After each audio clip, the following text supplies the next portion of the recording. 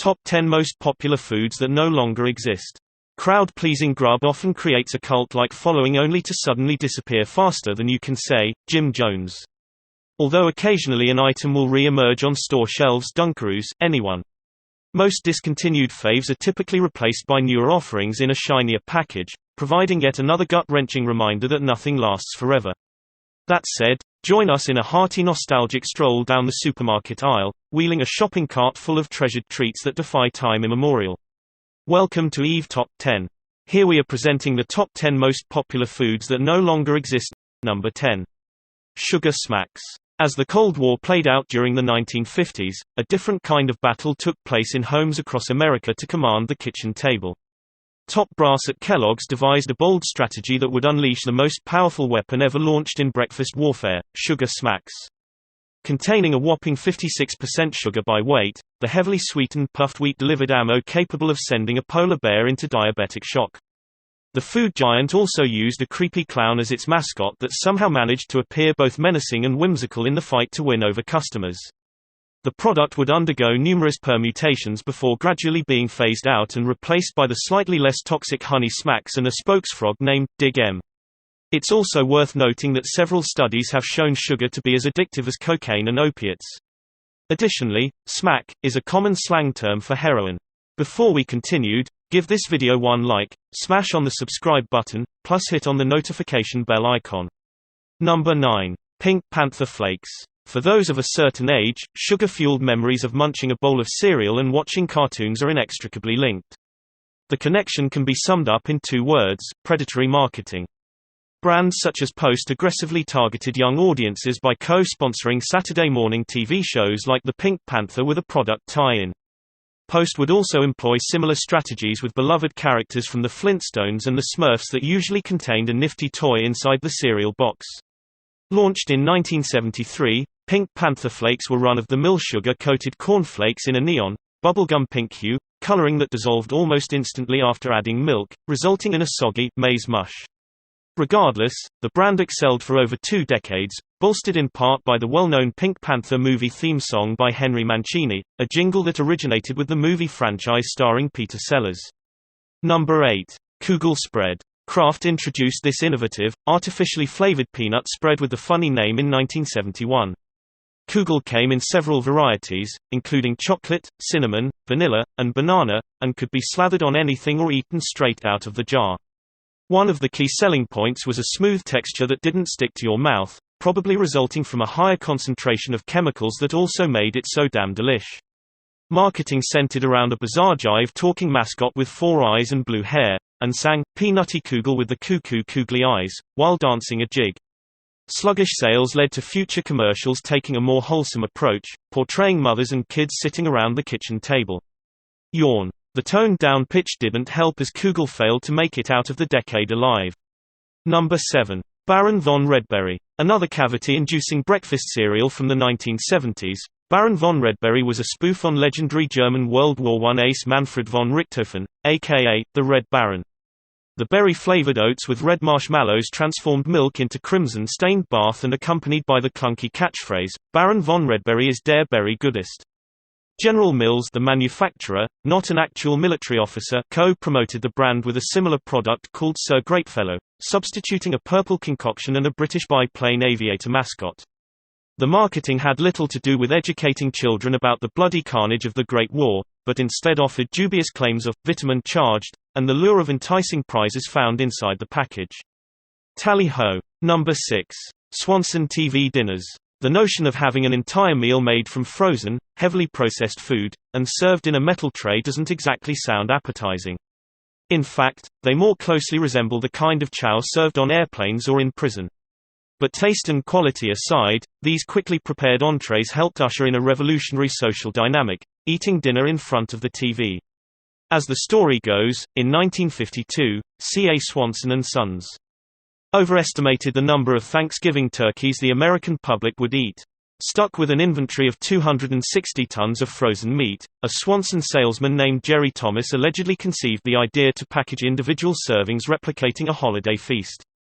The company would unload 10 million units the next year, making culinary history along the way. In a strange twist of fate, TV dinners may have also given rise to the feminist movement.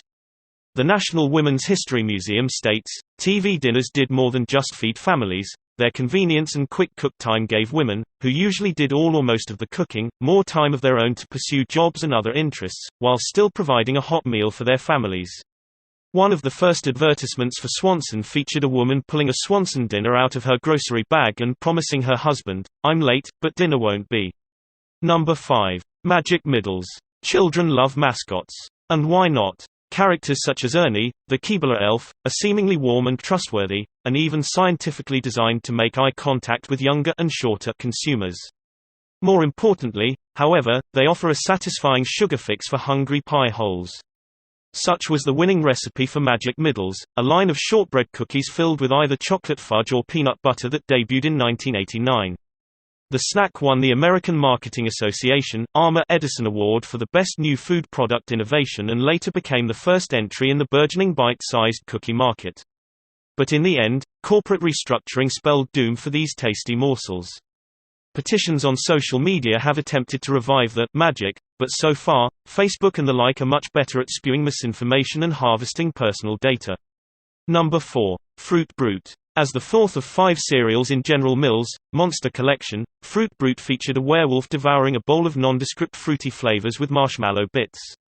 Boxers first arrived on the scene in 1974, following Count Chocula, Frankenberry, and Boo Berry, and preceding Yummy Mummy.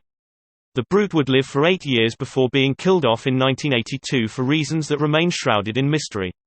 Fans of Quentin Tarantino films are well familiar with the brand after the cereal made cameo appearances in both Pulp Fiction and Reservoir Dogs.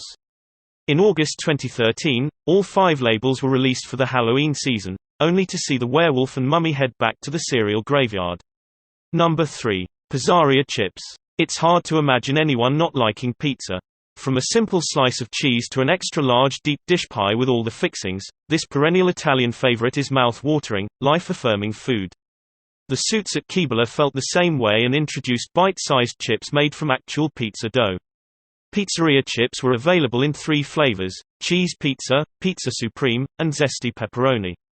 Launched in 1991, Pizzarias were quickly embraced by the public, resulting in Keebler being named AMA's New Product Marketer of the Year. An extensive ad campaign also introduced the first teenage Keebler elves, Ernie's nephews, Zoot and JJ, uttering catchphrases such as, "Radical Grub," and the tagline, "Tastes like real pizza, only louder." Similar to the fate of Magic Middles, Pizzarias got the chop following the sale of Keebler in the late 1990s.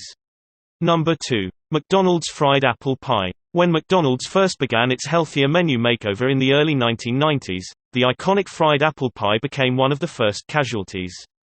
The decision was met with immediate condemnation. And rightfully so. Public outrage would reach a fever pitch just short of rioting in the streets. Furthermore, the egregious move was made worse by a baked replacement that paled in comparison to the original crunchy, golden desert with apple filling hotter than the sun. The fast food behemoth first launched the original version in the late 1960s to great fanfare. Generations grew up with these pies, establishing an army of loyal patrons who gladly risked third-degree burns to wolf them down. But what should have been obvious resulted in a miscalculation with dire consequences. Mickey D customers, past and present, don't give a hoot about counting calories. If they did, binging at a burger joint wouldn't be part of any weight loss plan. Before we move on, just leave a like on this video, smash that subscribe button and hit the notification bell. Thank you. Number 1. Jell-O Pudding Pops. Long before Bill Cosby went from being America's Dad to inmate number 655,321, the comedian-turned-convicted felon served as the spokesman for Jell-O brand products.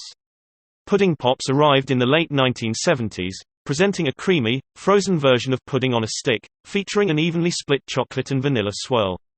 Genius. Over time, however, this freezer box staple would be scuppered, but for reasons that had nothing to do with the aforementioned rapist. Its parent company, General Foods, simply lacked the experience to successfully produce and sell frozen goods, and eventually gave up on the cherished snack, breaking hearts from ABQ to YYZ. Thanks for watching. Let us know which foods you find interesting and tell us the ones we miss, maybe we will make a video about it. If you click the subscribe button and the bell icons, you will be notified when fantastic video just like this one comes out. We have a lot more that you will enjoy.